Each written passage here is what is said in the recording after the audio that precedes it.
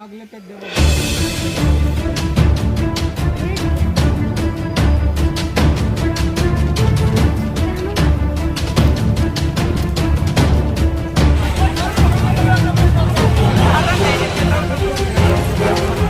जी। ये जो सड़क के बराबर में खाद के गड्ढों का नंबर है 89 और ये दरज भी खाद के गड्ढे ही है। लोग बाग पहले खत्ते घेरते भी थे, तो खाद के गड्ढे हैं। मैं भी प्रयास कर रहा हूँ लगातार और मेरे पास सारे कागज हैं लिखित में भी। हर चीज़ जहाँ जहाँ भी है मैं दे चुका। पीछे चकबंदी विभाग से 89 नंबर पर स्टे आया था, तो मैं एसडीएम साहब से मिला, उन्होंने मुझे लेटर दिया बनाकर। मैंने अपनी तरफ से एक लेटर लिखा तो वो स्टे ख़त्म हो गया था। 5 अगस्त में उन्होंने बताया था, 21 अगस्त में मैंने रिसीविंग दे दी एसडीएम साहब को। एसडीएम साहब को मैंने अप्लीकेशन भी दी कि आप खाद के गड्ढे हैं, गाँववासी उधर के महल्ले वाले बहुत परेशान हैं। मंदिर के सामने सड़कों पर खाद पड़ा है, गंदगी हो रही है, तो खाद के गड्ढे जहाँ हैं, चूँकि सरकारी संपत्ति है, ग्राम समाज की संपत्ति है, तो मैंने अपनी सुपुर्दी के लिए एप्लीकेशन दे दिया। कानूनी कार्रवाई मैंने पूरी कर दी। अब प्रशासन का काम है कि प्रशासन उसे कितनी जल्दी मुक्त कराए। अच्छा जी, ये तो ग्रामीणों का मामला है, उन्हें ये महसूस दिया होगा तो उन्होंने ये कही। लेकिन मैं पटवारी साहब को 22/7/2023 में जो पूर्व एसडीएम साहब थे उनका एक ऑर्डर कराकर तत्काल में दे दिया था कि कल चलें या परसों चलें, आप मुझे बता दियो और इसे ज़मीन को मुक्त करा के, चूँकि सरकारी संपत्ति है, किसी की संपत्ति तो है नहीं, वो तो ग्राम समाज की संपत्ति है, तो उसमें सपुर्दगी में भी प्रदान किया नहीं थी। तो उसमें आजकल करते करते अगस्त की भी 22 चली गई। उसके बाद 21 तारीख में बंदोबस्त अधिकारी रुड़की ने वो स्टे भी कैंसिल करके यह अवगत करा दिया कि मैं खाद के गड्ढों को कोई स्टे नहीं दिया।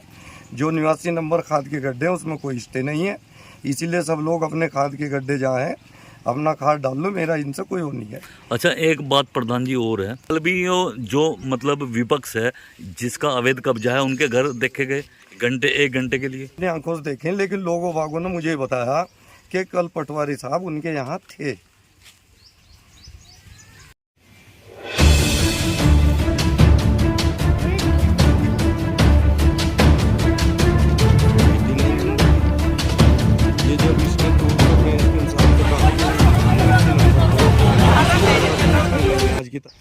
इस वक्त हम मौजूद है भगवानपुर विधानसभा के मोहितपुर गांव में, जहां पर कुछ दबंगों ने यहां पर जो खाद के खड्डे हैं वो दबा रखे हैं और उसमें फसल अपनी बो रखी है। दरअसल जो पूरा प्रकरण है वो यहाँ पर जो खाद के खड्डे हैं उनका जो नंबर है 89, उस पर यहाँ पर जो किसान लोग हैं उन्होंने गन्ने की फसल लगा रखी है और जो गरीब लोग हैं वो यहाँ पर जो अपना कूड़ा करकट है वो सड़कों पर डालने पर मजबूर है। हम जानेंगे, हमारे साथ कुछ ग्रामीण हैं, उनसे जानेंगे आखिर जो मामला है क्या है। भाई साहब, यो आपने जो ये गोबर डाल रखा है, सड़क पर डाल रखा है, तो क्या माजरा है? ये माजरा ये है सर कि ये खड्डों के मजबूरी होगी गरीब आदमी के, इनके खत्ते हैं यहाँ अंदर, तो ये जबरदस्ती छोड़ रहे नहीं और क्या। अरे ये जो पटवारी प्रधान जी ने तो बतेरा सहयोग करा, प्रधान की कोई गलती नहीं है जी।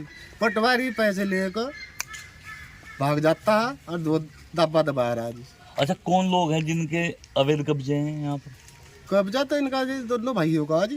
किस का? एक पुराना प्रधान कालू राम जी, राम प्रसाद ये इनका मामला जी। अच्छा, जो पूर्व प्रधान है उनके। अच्छा, ये कितना जो मतलब रकबा है जिस पर कब्जा है लगभग? जी ये तो रोड का छोड़ कर 22 फीट दबा रखी इन्होंने। जो यहाँ पर जो पूर्व प्रधान है उन्होंने और उनके जो भाई हैं उन्होंने लगभग सड़क से 22 फुट जो है एरिया अंदर वो पूरी तरीके से उस पर अवैध कब्जा किया हुआ है। हमारे साथ एक और शख्स है, हम जानेंगे जी आखिर ये ऐसा क्यों हुआ कि मजबूर क्यों हुए लोग, जो खाद ये हो सड़क पर डालना पड़ा? अजी ये कब्जा कर रखा 89 नंबर खाद के गड्ढों का, जो उन्होंने कब्जा कर लिया खेत मालिकों ने इसको। जैसे इन्होंने खत्ते उठाए, उन्होंने खत्ते उठा कर अपना कब्जा गन्ना बो दिया। अब ये सड़क पर डालने मजबूर हो रहे, वो छोड़ नहीं रहे।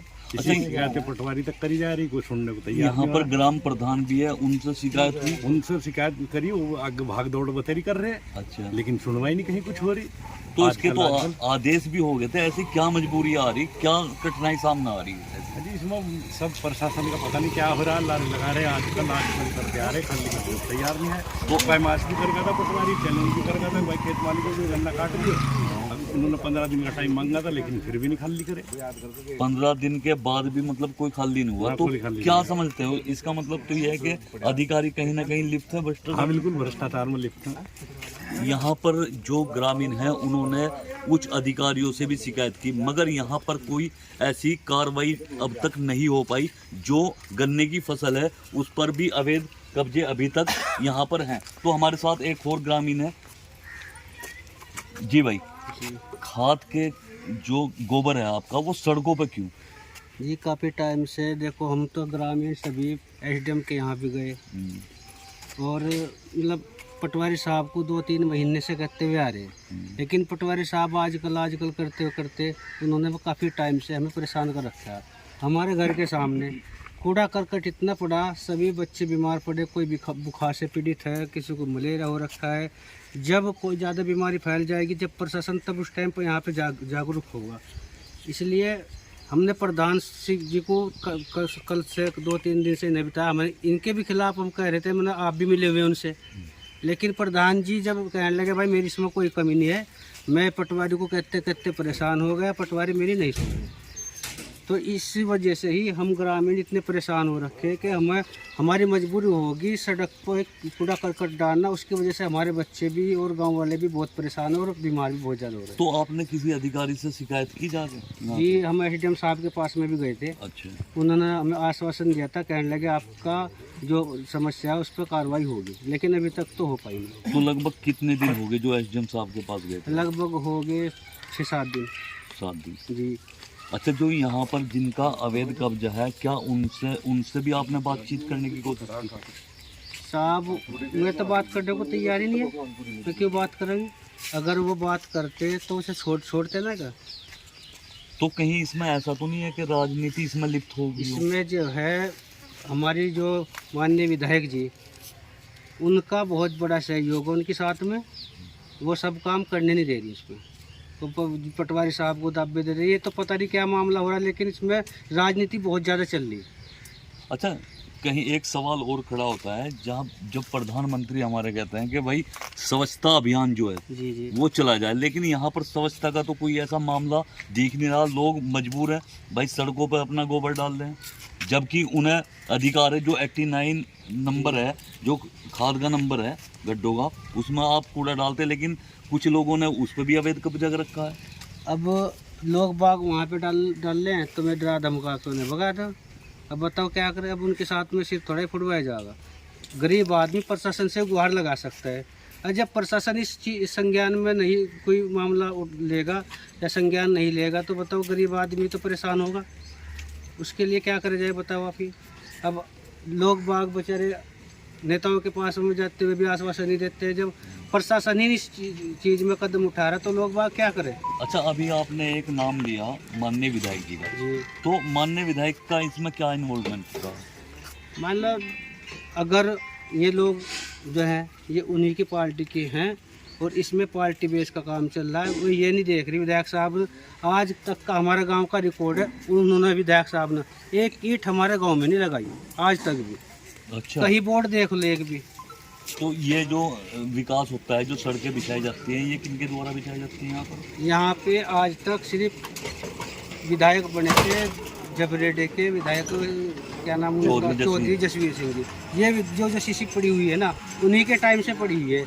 और उसके बाद में 3 दफ़े विधायक जी यहाँ पे विधायक बनी है ममता राकेश जी। आज तक कोई बोर्ड नहीं हमारे गांव में लगा। इधर एससी समाज में तो लगा नहीं आज तक भी। तो वो भी तो ऐसी समाज की ही है।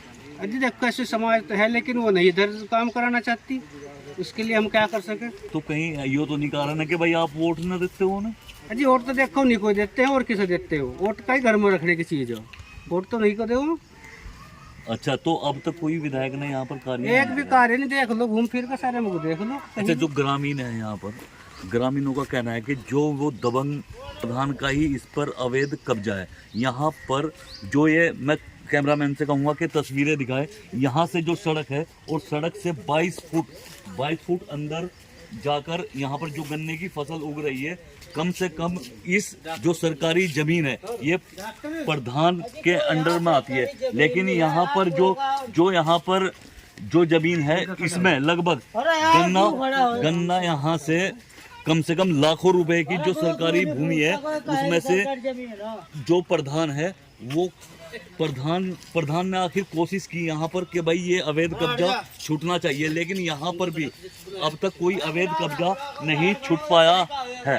अपना कैमरा पर्सन के साथ मेरा अकरम, भगवानपुर। सर ये दबंग गई है इनकी। देखो हमने तो सन 2014 से प्रयास कर रहे हैं। सन 2014 में सड़क बनी थी, जब यहाँ पूर्व प्रधान थे फारूक प्रधान जी। अच्छा।